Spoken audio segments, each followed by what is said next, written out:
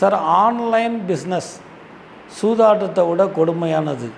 நிறையா 10 லட்ச ரூபா 15 லட்ச ரூபா மனைவி நகை வீடெல்லாம் விட்டுட்டு தாழ்வு மனப்பான்மை ஏற்பட்டு தன்னை மாய்த்து கொள்ளக்கூட சூழ்நிலை இருக்குதா?